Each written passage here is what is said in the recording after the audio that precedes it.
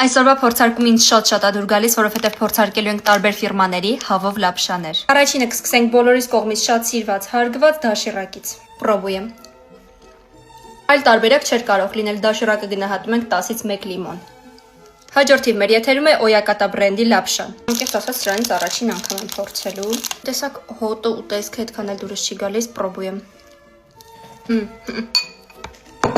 Ես ոնց հասկանում եմ իրան ճիշտ կլինի սուպի տեսքով օգտագործելը, թե չէ ինձ ինչ-որ չիլի լայմի համ է գալիս, բայց վատ էլի սպეციფიկ համ ունի։ Այս ֆիրմայի լապշան գնահատում եմ 10-ից 4։ Հաջորդ լապշան Չան Ռամենից է։ Իրականում ես այս ֆիրմայի լապշաները շատ եմ հավանում, բայց հենց այս համը չեմ փորձել։ Չան Ռամենը ավելի հետաքրքիր համերել ունի, այս այդքան էլ լավը չէր, 10-ից 7 հոտ։ Եվ վերջում մնաց այս գեղեցկուհին։ Շատերը ովքեր փորձել են բուլդակ, հստակ գիտեն, որ այս սոուսի պետք է շատ զգույշ լինել։ Անցյալ անգամ այնքան շատ էի լցրել, սիրտս վատացավ, փորձեցի։ Ոյ, շատ։ Իտակ պրոբույեմ։